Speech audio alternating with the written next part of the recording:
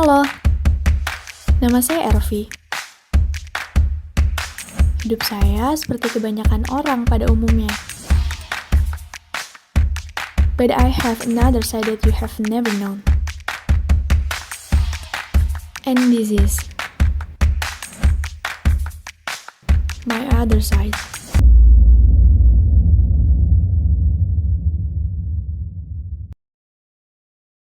Oke, sekian yang bisa saya sampaikan. Terima kasih atas atensinya. Silakan lanjutkan pada kegiatan selanjutnya.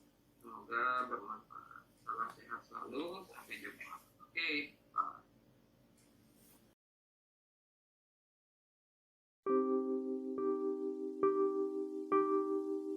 Salah satu momen yang paling membingungkan untuk melakukan sesuatu adalah ketika selesai kelas daring. Kadang terasa semakin menjengkelkan ketika belakangan ini saya sering kali menerima pesan seperti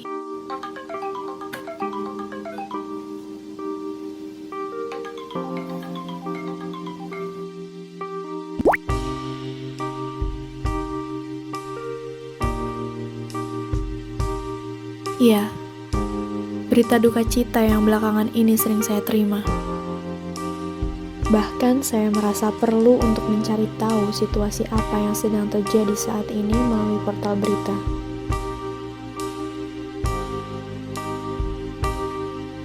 Berita tentang kematian dan kemiskinan sudah tidak asing lagi memenuhi seluruh media yang ada.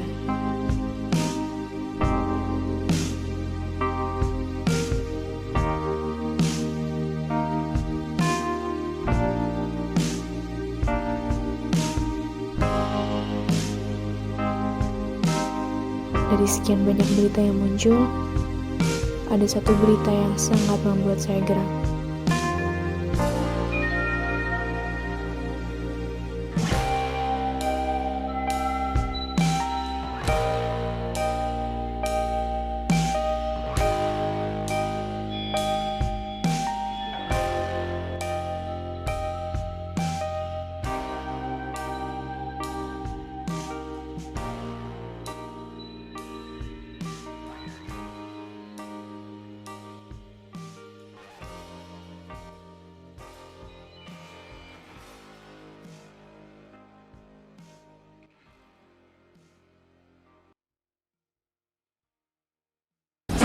Ini kisah para pejabat yang merendahkan dirinya, yang menghamba harta benda dan menjadikan negara dan rakyat sebagai sapi perah belaka. Saat kita semua menahan diri untuk melakukan ini dan itu, yalah beberapa politikus dan pejabat kita malah tetap bernafsu untuk nodong sana-sini, ngutil sana-sini. Saat kita semua mencoba bertahan di tengah badai, jungkir balik melanjutkan hidup saat semuanya begitu sulit, para politikus dan pejabat juga tetap berakrobat dengan anggaran. Entah berapa ratus ribu orang yang sudah di PHK, yang usahanya bangkrut, yang penghasilannya merosot. Tapi itu tak mengurangi nafsu para pejabat rakus yang tidak punya harga diri. Gimana menurut kamu? Menurut saya ini jahat banget sih. Mereka nggak berpikir ya bahwa banyak banget orang di luar sana yang butuh bantuan sosial di masa-masa kayak gini. Tapi mereka seenaknya mempergunakan bantuan sosial itu untuk memperkaya diri mereka sendiri. Itu mereka itu nggak mau tahu, apa emang nggak tahu, apa gimana sih? Nggak ngerti deh. Kamu nih, Vi, kayak nggak tahu aja. Gini, walaupun birokrasi di Indonesia ini sudah direformasi, tetap aja masih banyak banget celah yang bisa dimanfaatkan oleh oknum-oknum tertentu untuk melakukan tindak pidana korupsi. Kalau reformasi birokrasi sudah ditegakkan dengan baik, kenapa masih ada celah-celah buat para koruptor itu? Bukannya tujuan reformasi birokrasi itu untuk menciptakan demokrasi yang fleksibel, akuntabel, transparan. Tapi hasilnya apa? Masih banyak kayak gitu. Ya hal itu bisa terjadi karena ada banyak sekali faktor penyebab korupsi, Vi. Bahkan nih ya, ada satu kumpulan teori di mana banyak sekali tokoh-tokoh dunia, ahli-ahli politik dunia itu berpandangan tentang faktor penyebab korupsi ini. Salah salah satu teori yang paling terkenal itu yang diungkapkan oleh Robert Kierkegaard. Beliau bilang bahwa korupsi itu bisa saja terjadi karena adanya kekuasaan ditambah monopoli tapi tidak dibarengi oleh akuntabilitas. Ada lagi teori yang menyebutkan bahwa korupsi itu bisa terjadi didasarkan atas motivasi si pelakunya. Bisa karena dia dipaksa, bisa karena dia terpaksa, ada peluang, lalu dia untuk memenuhi kebutuhan hidupnya, lalu ingin memperkaya diri sendiri, atau ingin menjatuhkan suatu pemerintahan, atau bisa juga untuk menguasai suatu negara. Ada banyak sekali faktor penyebab lainnya sih sebenarnya. Tapi kayaknya saya nggak mungkin jelasin ini ke kamu karena ini akan panjang sekali. Kamu bisa aja langsung baca literatur tentang korupsi tersebut di berbagai media massa, media cetak, media elektronik. Itu udah banyak banget. Tinggal kamu baca aja. Oke. Saya mulai paham. Tapi saya masih nggak habis pikir aja kenapa mereka setega itu untuk mempermainkan bantuan sosial milik rakyat, hak rakyat gitu. Itu jahat banget. Di luar sana masih banyak loh yang nggak bisa makan, masih banyak loh yang dipecat, yang dirumahkan atas pekerjaan mereka karena pandemi ini, dan mereka setega itu buat ngelakuin hal gini. Korupsi yang kamu bilang sebesar dan sejahat itu untuk perekonomian Indonesia itu bisa aja terjadi karena pelakunya itu sudah menanamkan kebiasaan-kebiasaan korupsi sejak kecil. Contohnya, terlambat datang ke sekolah dan mengulur waktu janjian. Ya kan? That's right. Betul banget. Itu termasuk salah satu korupsi waktu. Contoh lainnya itu adalah menyontek saat ujian. Itu termasuk salah satu perbuatan korupsi loh. Kamu pernah nggak? Pernah sih, pernah.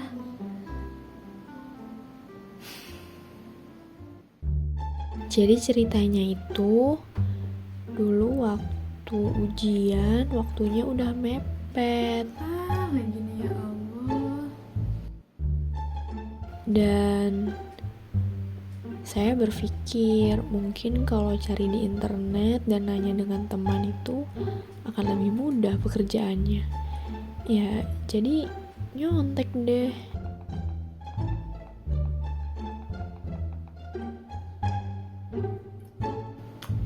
Ini kan cepet ya. Jadi langsung tahu jawabannya.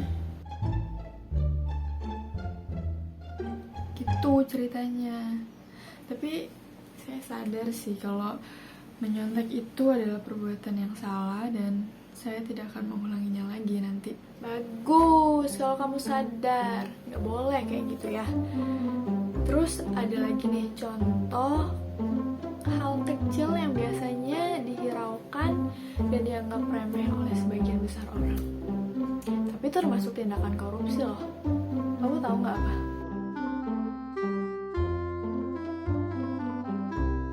Tidak mengembalikan duit sisa belanja kepada kedua orang tua. Oh, iya. Bentar ya. Tunggu di situ, jangan kemana-mana, oke? Di situ aja. Bentar.